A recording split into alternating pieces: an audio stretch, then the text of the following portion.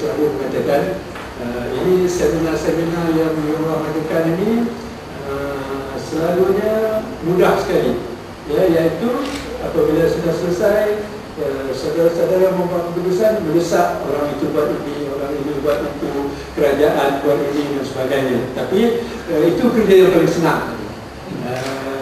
Apa yang ada sering buat, ya. Jadi kita juga pada hari ini mestilah membuat sesuatu, ya. Yang boleh kita buat pada hari ini dengan mudah ialah sebelum kita berikan undi kita kepada calon yang mau bertanding di kawasan kita itu, tanya dia apa dia sikap dia terhadap perkara ini, ya.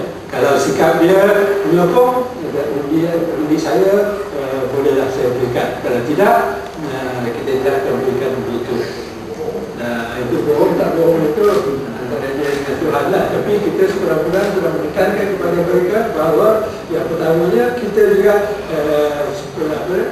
melakukan sesuatu, ya, memberikan desakan kepada pihak yang berkenaan. Jadi saya akan baca ini lah. Saya ingat sudah tadi banyak waktu membacanya. Kalau ada pertanyaan nanti bolehlah memberikan. Tapi sebelum itu saya nak minta 2-3 orang rekan saya yang ada di sini untuk menambah apa-apa yang ditambah daripada kertas ini, ya. Pertama saya boleh silakan Profesor Datuk Zainal.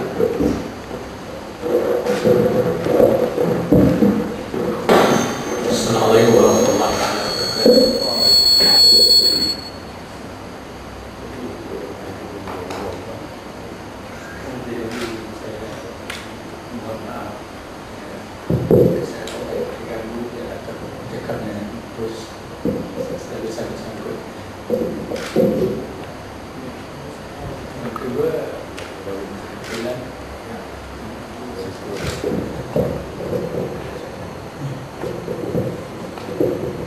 Kebetulan saya ada adik kepada Ainuddin dan Rumahi, dan itulah minta saya sampaikan bermaaf kerana tidak dapat hadir hari ini, dan dia akan cuba mengikuti keputusan-keputusan yang telah kita buat.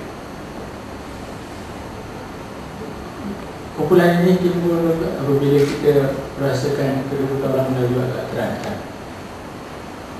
Jadi di tahun 1996 ada satu perjumpaan tak rasmi diadakan di Universiti Melaya. Pada masa itu Profesor Mek Sofia ada sama dengan Dr. Abang Sarian, Profesor Abang Sarian. Jadi kami melihat kedudukan kita semakin buruk dan cuba nak memperbaiki keadaan ini. Secara tak langsung kita pula menjemput kawan-kawan lain yang berminat untuk mengadakan satu perjumpaan di mana kita boleh membicarakan masalah-masalah yang mengenai kita pada masa itu.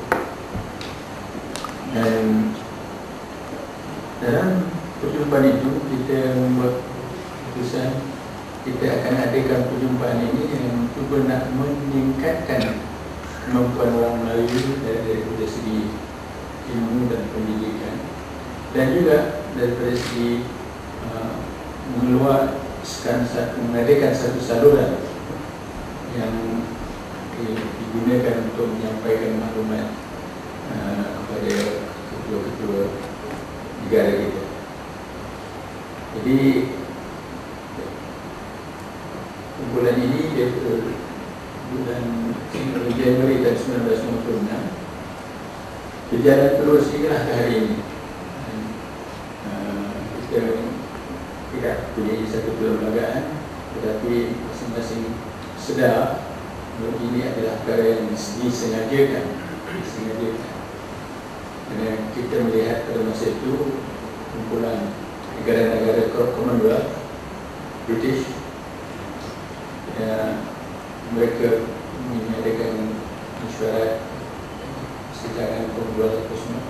Tidak ada satu perlembagaan pun, dan nampaknya lebih kekal hidup itu.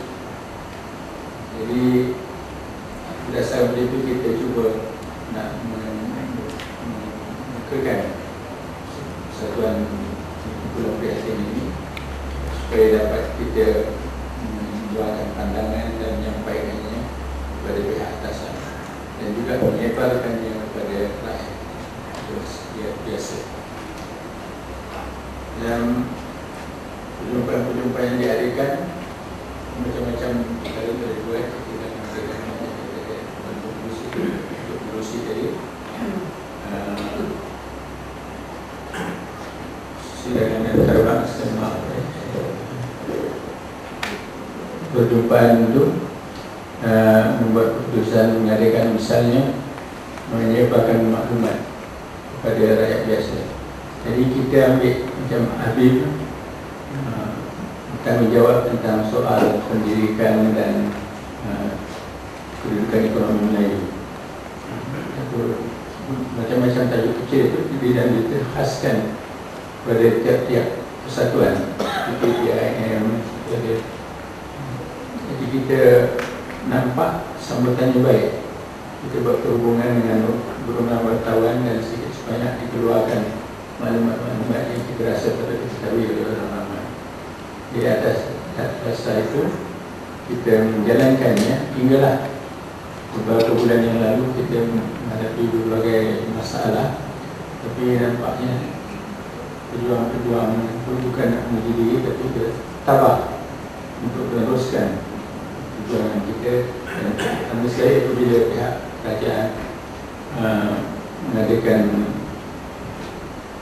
satu cara yang mungkin harus menapis sedikit sebanyak apa yang kita buat.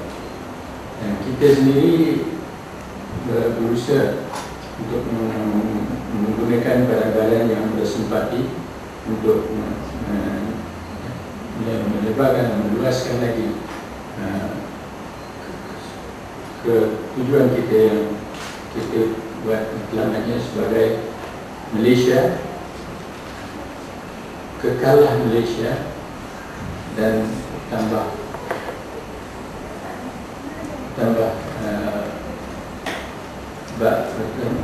tegas kekal dan berkayakan Malaysia dengan unsur-unsur kemelayuan. Sebagai penerangan sedikit.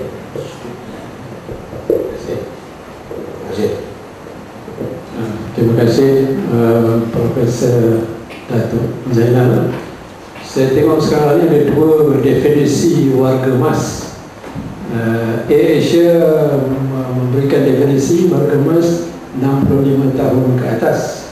Saya pergi ke University Hospital pagi tadi, dia kata warga emas ni 70 tahun ke atas. Jadi sebahagian daripada kami, Datuk Zainal, Datuk Hassan, saya ni bolehlah digolongkan berdasarkan sebagai warga emas berdasarkan kedua-dua kategori itu. Barangkali saya nak beri peluang kepada Datuk Hassan cakap sikit.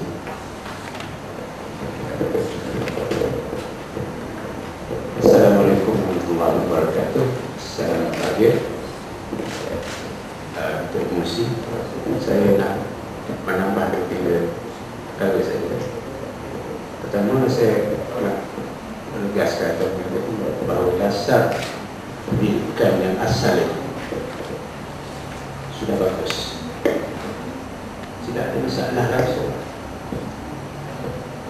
Dan ya, berdasarkan pengatur dewasa, berdasarkan Akta Pendidikan atau Pelajaran tahun 1961, bahkan berdasarkan Akta Pendidikan yang terbaru, yaitu tahun 1996 ini, bahawa peruntukan dalam dasar asal itu, akta asal itu yang mengatakan bahawa bahasa kebangsaan, kita sebut bahasa Melayu lah, nanti saya jelas mengapa bahasa kebangsaan.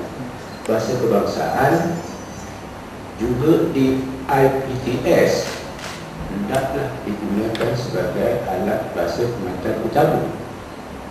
Tetapi ada satu kekecualian, iaitu Menteri Pelajaran boleh membuat pengecualian, iaitu membenarkan IPTS untuk mengajar sesuatu kursus atau sebahagian daripada kursus itu dalam bahasa lain. Kursusnya bahasa Inggeris. Nah, sejak itu nampaknya yang dilaksanakan bukan peraturan atau dasar yang pokok, tetapi ialah pengecualian itu.